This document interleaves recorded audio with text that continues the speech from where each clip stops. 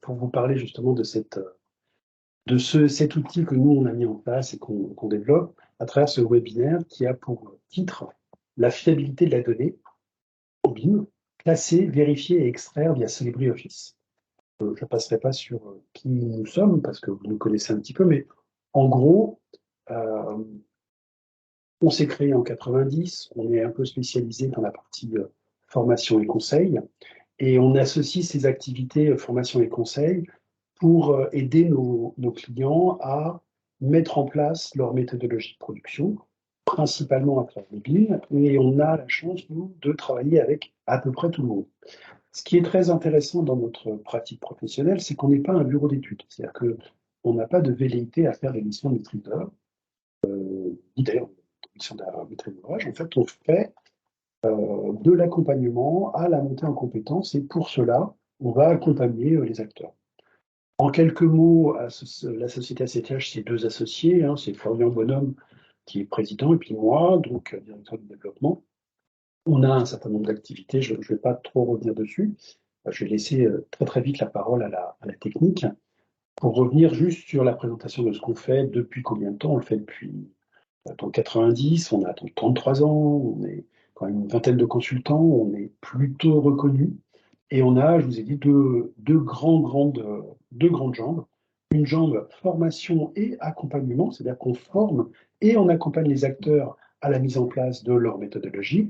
Et de l'autre côté, du service et de l'accompagnement, c'est-à-dire qu'on réalise des services, mais on le fait toujours dans une logique de transfert de compétences. Et effectivement, des missions d'AMO BIM ou des missions de BIM coordination ou de BIM management, on les envisage non pas comme des prestations simples, mais plutôt comme des prestations avec une idée du transfert de compétences. Du coup, ce qui est très important, c'est pourquoi en fait on s'est un peu rapproché de Solibri. Parce qu'on a une vision qui n'est pas une vision vente de produits. Nous, on ne vend pas de solutions, on n'a pas du tout de billes dans la partie commerciale. Nous, ce qui nous amène, c'est le service client. Donc, on part toujours du besoin et des usages des clients. Et à partir de ce besoin et de ces usages de clients, on a toujours une approche plutôt pragmatique, plutôt opérationnelle, qui s'appuie sur les compétences des outils installés, sur les nouveaux outils évidemment, qui fait que on a été, depuis le temps qu'on travaille avec, on a été plus ou moins séduit quand même, hein, faut pas le dénigrer. Et aujourd'hui, on est beaucoup dans une logique de prescription, tout simplement parce que lorsqu'il s'agit de réaliser nos missions, eh bien, on a désigné des outils qui sont plus ou moins pertinents et que à partir de là, bah, on les enseigne, on les pratique et on les transmet. En quelques mots aussi, on fait des missions de contrôle de maquettes, d'assemblage de maquettes depuis déjà un bout de temps. Les premières missions qu'on a eues, c'était en 2010. On forme sur les outils de maquette numérique depuis plus longtemps, mais les premières grosses missions, c'est à partir de 2010. Et au tout début, on avait des besoins qui étaient essentiellement de faire du contrôle de clash.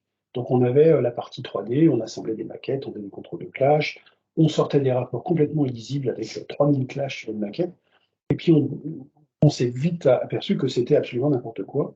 Donc on a cherché à rajouter de la compétence, à rajouter, on va dire, des besoins, des usages, et on a petit à petit intégré dans les différents outils qu'on avait sur le marché, et ben, tout simplement la mise en place des revues 3D, enfin, pardon, des revues BIM, ou enfin, je ne sais pas comment on les appelle d'ailleurs, mais en fait des revues de projet outillées avec du BIM, peut-être que le mot est plus clair là-dessus, avec l'intégration des suivis, des commentaires, avec l'intégration des BCF. Et puis, il y a des entreprises qui ont commencé à nous demander, mais ce serait bien de faire de la 4D, mais ce serait bien de faire de la 5D.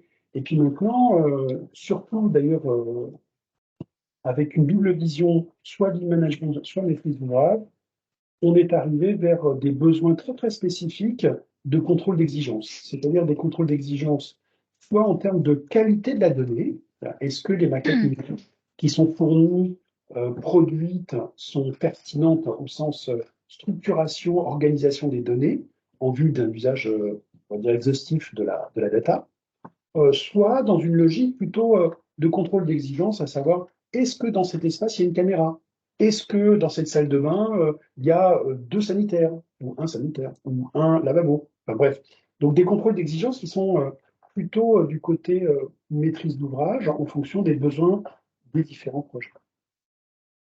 Ça m'amène forcément à vous dire pourquoi en fait on s'est un petit peu rapproché de Solibri. Et pour le coup, je pense que je vais laisser la parole à Isabelle, qui va, je vais arrêter moi la présentation, elle va prendre la main tout simplement pour continuer en vous expliquant pourquoi Solibri a pris cette démarche-là.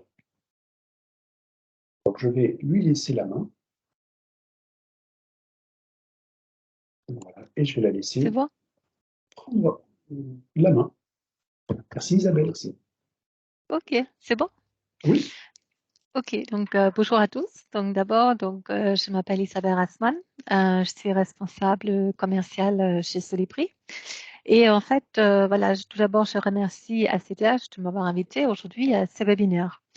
Donc, qu'est-ce que je veux parler aujourd'hui? Donc, au cours de ce webinaire, je vais à la fois présenter Solibri, donc notre société, qui sommes-nous, etc. Mais je vais également parler de la collaboration avec ACTH, c'est pourquoi nous avons décidé de travailler avec eux. Donc, alors, tout d'abord, Solibri, c'est une société finlandaise qui est basée à Helsinki, qui fait partie du groupe Nemetschek, qui est basé à Munich en Allemagne. Donc, Nemetschek propose 15 marques pour tout le cycle de vie d'un projet de construction. Donc, ça commence par la conception, ça passe par le suivi de chantier jusqu'au facility management et même le média et le entertainment. Alors, qui sont nos clients? Donc, nos clients sont surtout les maîtrises d'ouvrage, ce sont des entreprises de construction, l'architecte, l'ingénierie, mais également de collectivités et les AMO. Et nos clients se trouvent dans plus de 70 pays dans le monde entier. Alors, donc, pourquoi ACTH? Donc, tout d'abord, la différence entre ACTH et d'autres centres de formation, ça réside surtout dans leur approche ou la campagne personnalisée. Donc, ça veut dire que la formation, elle est vraiment basée sur un parcours professionnel et non généraliste. Ça veut dire aussi que la formation elle est basée sur les cas d'usage de chaque client. Et bien sûr aussi, l'expertise est très reconnue et c'est un centre de formation qui est certifié. Alors, et maintenant, quels sont le bénéfice de Solibri? Donc, le bénéfice de Solibri, c'est de donner de tous, de donner de qualité à tous. Donc, qu'est-ce que ça veut dire exactement? Par exemple, pendant la conception, ça veut dire que Solibri permet, pendant la construction, de détecter les problèmes dans la maquette avant la livraison, et Solibri permet surtout de les corriger.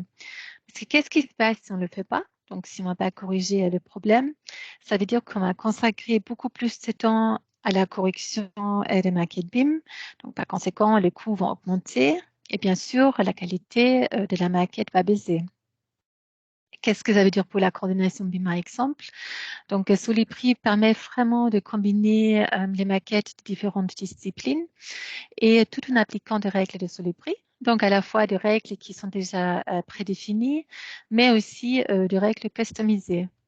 Et donc, pendant la construction, il y aura bien sûr moins de risques, ou moins de surprises aussi, parce que comme la qualité de la maquette, elle est déjà bonne, tous les risques ont déjà été éliminés en amont, on pourrait dire. Alors, donc là, nos produits, qu'est-ce que nous proposons comme produit? Voilà, nous avons à la fois sur les prix Office, donc ça c'est vraiment notre core product, avec le model checker, etc. Sur les prix Anywhere, c'est une solution gratuite. Donc sur les prix Anywhere, c'est un BIM Viewer qui permet gratuitement d'offrir une maquette BIM et d'afficher aussi tout le fichier IBC. Et sur les prix Site, c'est comme le petit sur les prix Office, c'est plutôt une solution qui est pour le chantier. OK. Là, si vous désirez, vous pouvez scanner le QR code et je laisse Sylvain continuer nous coordonner. Alors, ça va être Riyad qui va récupérer la parole et qui OK. va compléter sa présentation. Il va vous présenter aussi certains cas d'usage Et comme on avait dit dans le programme, je ne sais pas si on a eu le temps de le regarder tout à l'heure, donc on va voir la donnée BIM, le cas d'usage et quelques recommandations de Riyad. Parfait. Merci Riyad. En tout cas, merci à toi, Sabrina.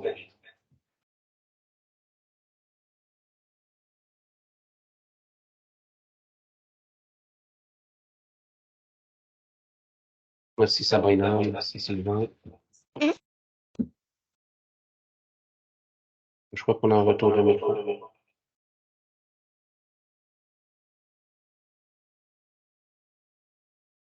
Et là, c'est bon, c'est mieux. Ok. Parfait, donc on peut couper le son.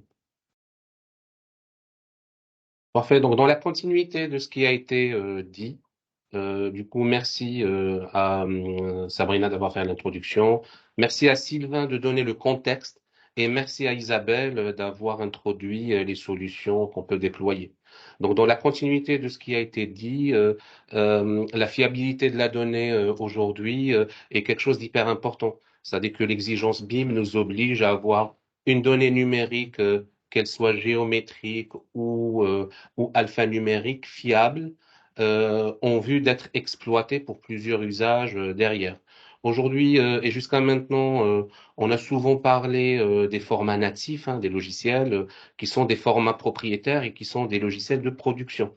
Aujourd'hui, la maquette numérique pour répondre à certains besoins et à certaines exigences, le format IFC s'impose.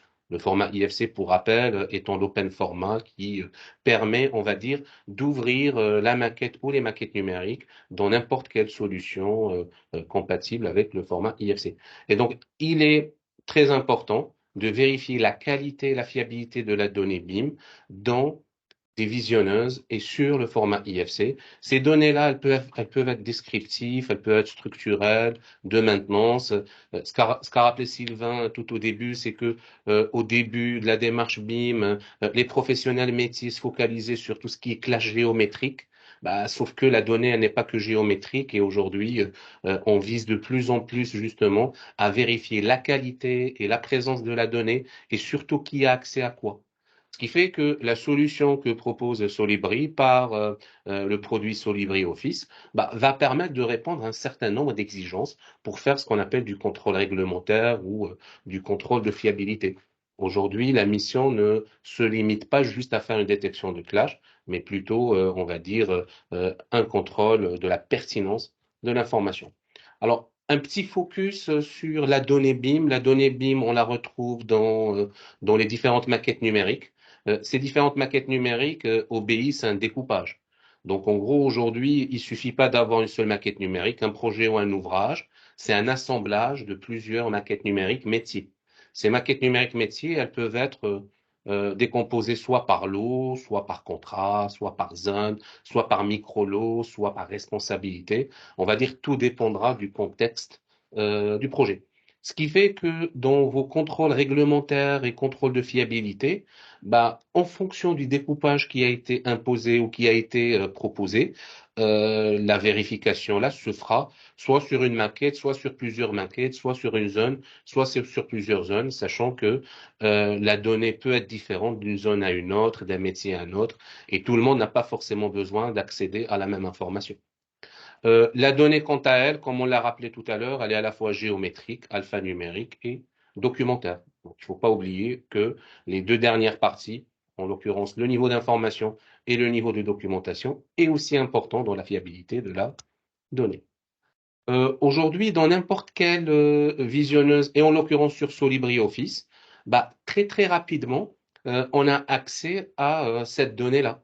En gros, quand on assemble nos maquettes, on a accès très très rapidement sur des rubriques qui sont nettement identifiées sur la solution, justement pour pouvoir, on va dire, chercher ou identifier l'information à vérifier.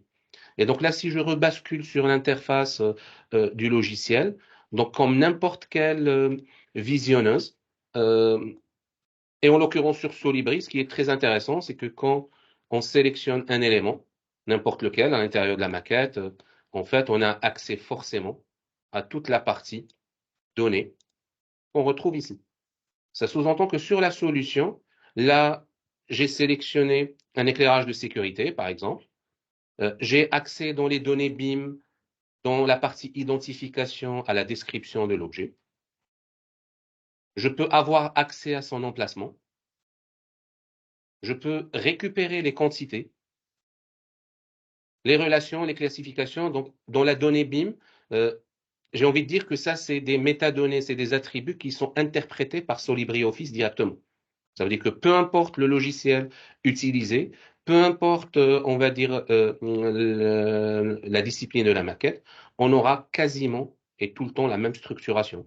Donc, données BIM, identification, emplacement, quantité et classification. Par la suite, il va y avoir, et c'est là où la fiabilité de la donnée, elle est très importante, c'est que si on n'a pas la donnée, on ne pourra pas la vérifier, tout simplement. Et aujourd'hui, on a tellement beaucoup parlé des logiciels de production en natif qu'on a balayé peut-être d'un revers le format IFC. Alors que le format IFC, c'est tout un art, il faut bien préparer son export IFC pour récupérer et accéder aux différentes informations présentes dans les maquettes natives. Et par la suite, l'accès à cette information alphanumérique, il se fait par des onglets spécifiques ici.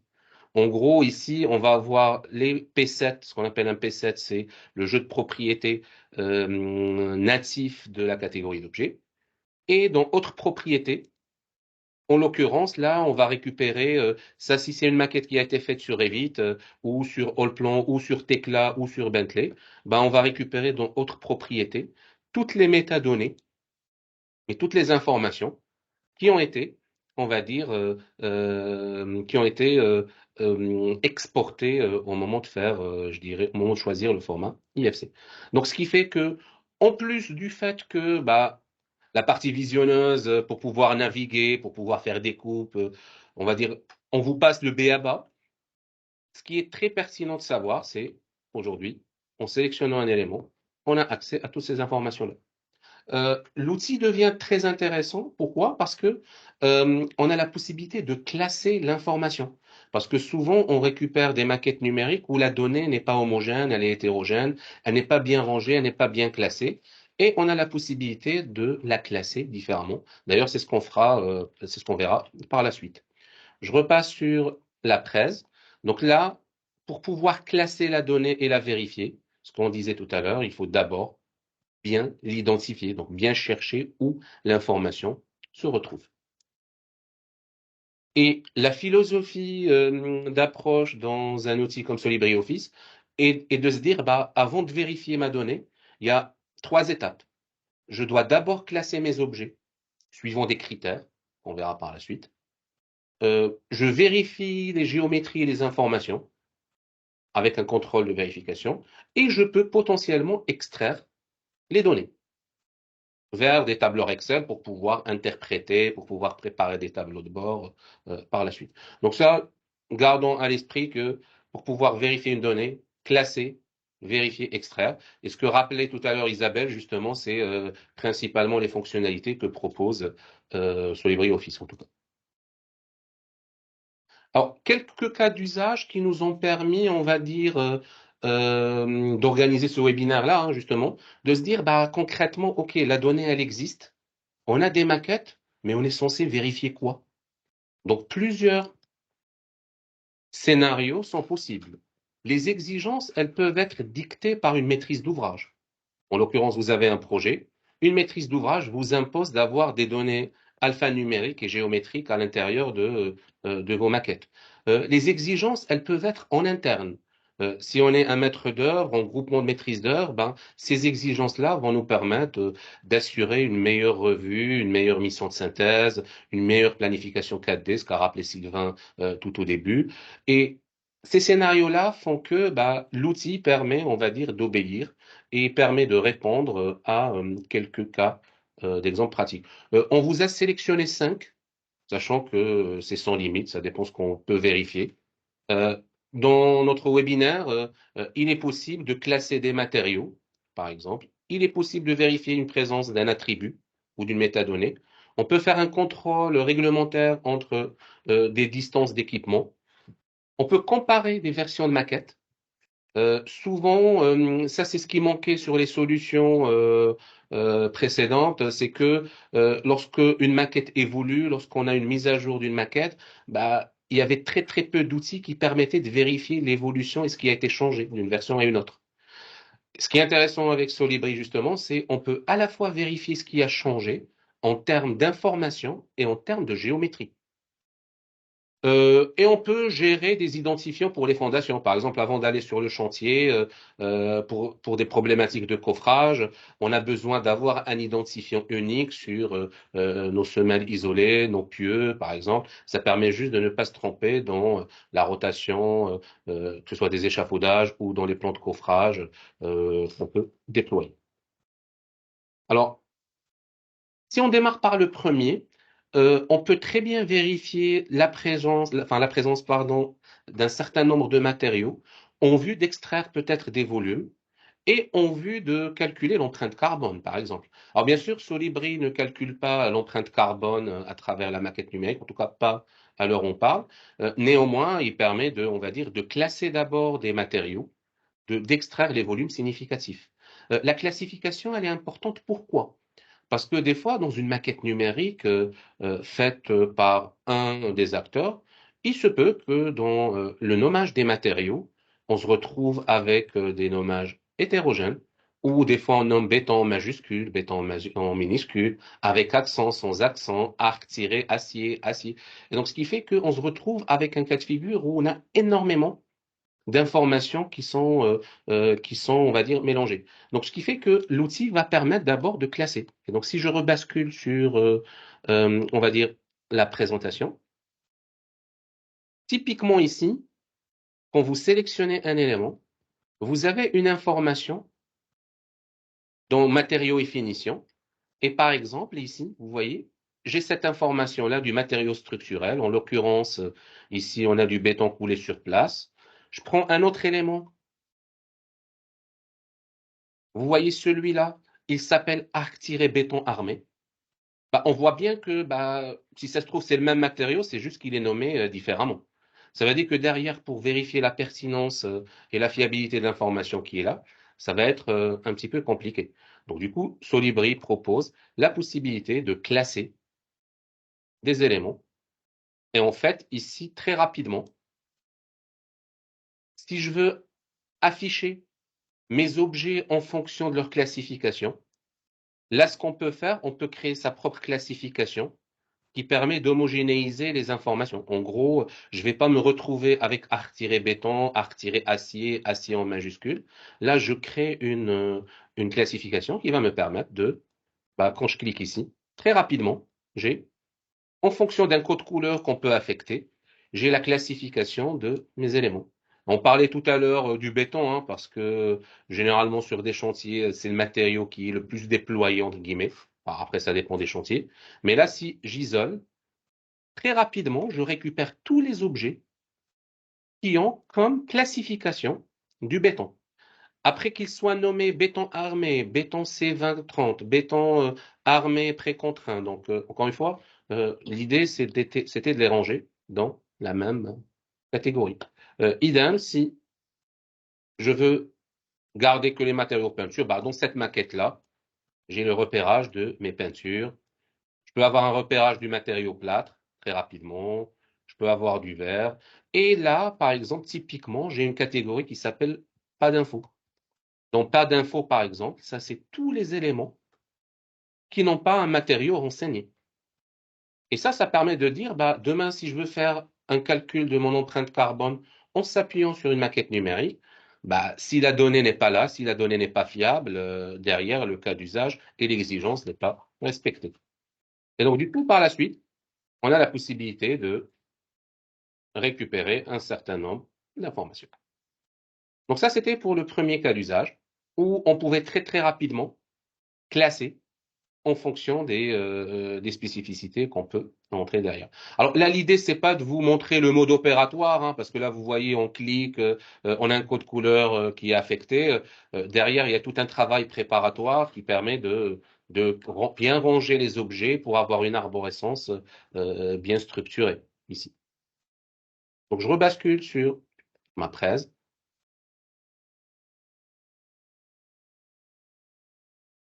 L'autre cas d'usage, c'est de vérifier la présence d'un numéro d'article du CCTP.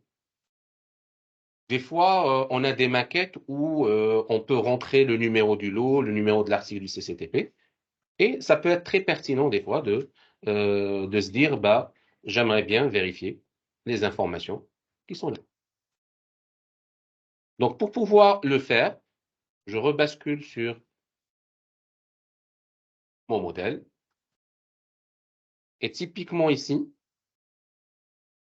je suis sur un autre modèle. Hein, ça c'est la maquette Olympie que le PTNB a diffusée en libre téléchargement. Hein, d'ailleurs, que vous pouvez télécharger. Il y a plusieurs maquettes IFC, il y a plusieurs documents.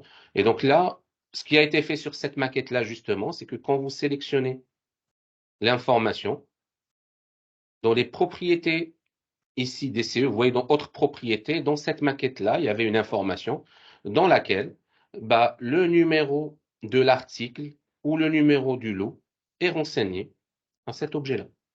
Ça sous-entend qu'une simple règle de vérification ou d'extraction d'informations va nous permettre de vérifier quels sont les composants qui disposent d'une information précise. Et on peut très rapidement, ici, avec des critères qu'on aurait établis préalablement, je clique ici, et là, vous voyez, très très rapidement, j'ai tous mes objets en fonction de l'article du CCTP concerné. Et je vois tout de même que j'ai 7432 objets qui n'ont pas cette information-là. Et j'ai la classification en fonction du code couleur, que je peux d'ailleurs isoler ici assez rapidement. Donc, vous voyez, tous ces objets-là ont forcément un numéro d'article au CCTP. Et forcément, quand je sélectionne n'importe quel élément, SolibriOffice est capable de les regrouper suivant le critère qui a été appliqué.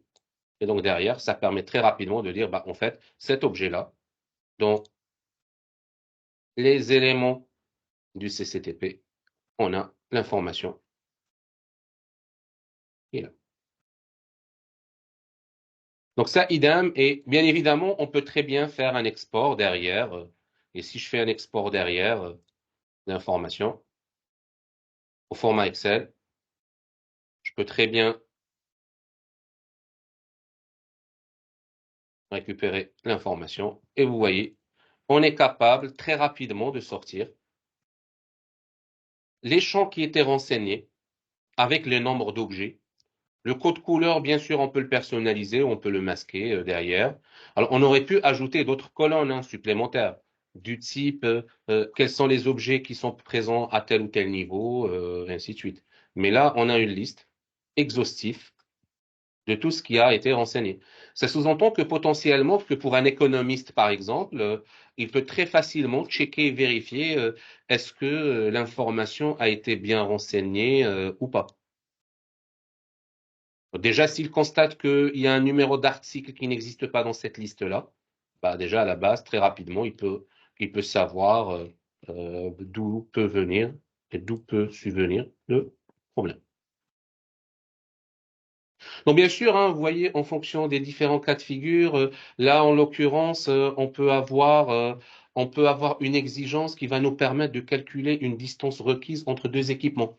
C'est-à-dire qu'aujourd'hui, on peut très bien vérifier est-ce que entre deux éclairages de sécurité, par exemple, j'ai un minima de 7 mètres de distance, ou entre deux équipements électriques, j'ai une distance maximale. Donc ça, c'est quelque chose que la solution peut faire. Ça permet, on va dire, de récupérer très rapidement, avec quelques règles de vérification, justement, les distances entre luminaires, par exemple, ou entre n'importe quel composant, en renseignant soit une valeur maximale, soit une valeur minimale requise. Et donc, ça se traduit comment? Si je rebascule sur ma maquette numérique, je peux réinitialiser mon affichage. Et en fait, vous voyez ici, j'ai un certain nombre d'objets. Je peux ne même pas savoir où se situent mes éclairages de sécurité, par exemple, mais j'aimerais bien tout de même vérifier est-ce que j'ai cette distance-là qui a été préparé. Donc, pour faire cela, Solibri propose son module de vérification, justement, où là, on peut lancer une vérification rapide. On se disait tout à l'heure, là, par exemple, je souhaite vérifier, alors j'ai identifié que dans ma maquette, j'avais des éclairages de sécurité qui s'appelaient BAES. Bien sûr, on revient à la fiabilité de la donnée. Ça veut dire qu'il y a eu déjà un premier temps dans lequel on a bien repéré que dans notre projet, on avait des luminaires qui portaient ce nom-là, qui étaient les éclairages de sécurité. Et la règle va nous permettre de dire, en fait, la distance maximale autorisée entre deux éclairages de sécurité, je peux la fixer à 12 mètres, par exemple. Ça peut être du contrôle réglementaire ou du contrôle fonctionnel. Donc, encore une fois, tout dépend le cas d'usage. Et avec une simple règle comme ça, on peut très rapidement lancer une vérification du modèle. La vérification se fait très rapidement. Alors, bien sûr, en fonction des critères qui ont été apportés. Et là, vous voyez, on arrive à avoir le listing de tout ce qui a été listé. Et donc là, typiquement, j'ai un classement par niveau. Ça veut dire que sur mon niveau 0, quand je déroule,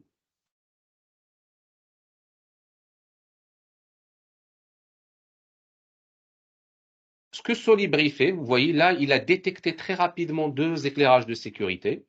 Comme mon exigence, c'était un minima de 12 mètres, là, il considère qu'à 11,87, je ne suis pas conforme par rapport à l'exigence qui a été déclinée. En gros, plus vulgairement, si vous voulez, il vous permet de coter de façon intelligente suivant des exigences précises. Là, on a pris l'exemple des éclairages de sécurité, mais ça peut être valable pour n'importe quel autre élément. Et donc derrière, il suffit juste de sélectionner l'objet. Et là, on a toutes les cotes qui ont été réalisées entre les différents équipements. Bien sûr, on peut toujours accepter ces vérifications, exporter un rapport. Donc, tout dépend, encore une fois, comment l'exigence a été déployée. Si je repasse sur ma présentation. Alors, bien sûr, toutes ces actions-là peuvent se préparer en amont, c'est-à-dire que concrètement, on n'attend pas une date ou un jalon d'un livrable ou un jalon d'une revue de projet pour se dire, ah tiens, on aimerait bien vérifier ça, ça, ça et ça. Ça se prépare en amont, ça passe par de la pédagogie, ça passe par des discussions pour se dire concrètement on vérifie quoi et concrètement c'est à destination de qui. Et juste par la suite, on peut lancer, on peut préparer en amont ces critères de recherche, ces critères de vérification. On peut comparer deux versions de maquette. En gros, si j'ai une mise à jour de ma maquette, je peux à la fois vérifier géométriquement ce qui a été changé, supprimé ou ajouté, et je peux vérifier aussi est-ce que la propriété a été modifiée ou pas de l'objet. Et idem, de la même façon, on a un tableau, enfin un résultat qui sort en fonction des actions. Par exemple, ici, je vais avoir 5 ajouts d'objets. Je peux avoir 5 propriétés modifiées. Et donc là, l'idée, c'est de se dire, OK, j'ai mes deux maquettes métiers qui ont évolué. Je peux très facilement les comparer sur Librairie. Et ça, je vous avoue que ça, c'est un vrai gain de temps, hein. On n'avait pas ça sur la plupart des solutions. Et donc là, l'idée, c'était de dire, par rapport à ça, on peut très bien comparer cela. Et donc là, ça vous sort très très rapidement avec des codes couleurs, ce qui a été rajouté, ce qui a été modifié, avec, on va dire, le visuel pour pouvoir isoler ce qui a été fait de ce qui n'a pas été forcément fait. On peut vérifier les identifiants aussi des fondations. Là, typiquement dans des maquettes, on peut avoir des identifiants uniques. Ces identifiants uniques, justement, permettent, ce qu'on se disait tout à l'heure, à un conducteur de travaux, de s'assurer que pour chaque semelle isolée, chaque élément de fondation, j'ai une seule valeur unique qui est là. Et donc, en gros, ça permet d'avoir un repérage, une vérification pour les plans de coffrage derrière. Donc, du coup, si je repasse sur la partie maquette, là, par la suite, je peux très bien afficher tous mes éléments, mes données de chiffrage. Et là, vous voyez très rapidement, j'ai tout de suite, dans toute ma maquette, j'ai tous mes éléments de fondation qui sont sortis, dans lesquels j'ai l'identifiant qui est censé être unique. C'est-à-dire qu'en gros, je suis censé avoir un seul objet. Et là, on constate tout de même qu'on a des objets qui ne sont pas renseignés. Ça sous-entend que là, derrière, bah, ceux-là, on les isole et on peut très bien aller chercher l'information. En tout cas, on termine par quelques recommandations qui étaient, et ça rejoint ce que rappelait Sabrina au début, ce qu'a commencé à évoquer Sylvain, ce qu'a rappelé Isabelle sur la présentation de l'outil. Et ce qu'on a vu ensemble sur les cas d'usage, c'est que pour pouvoir avoir une fiabilité de la donnée, il faut avoir un solide closier BIM avec des exigences bien décrites.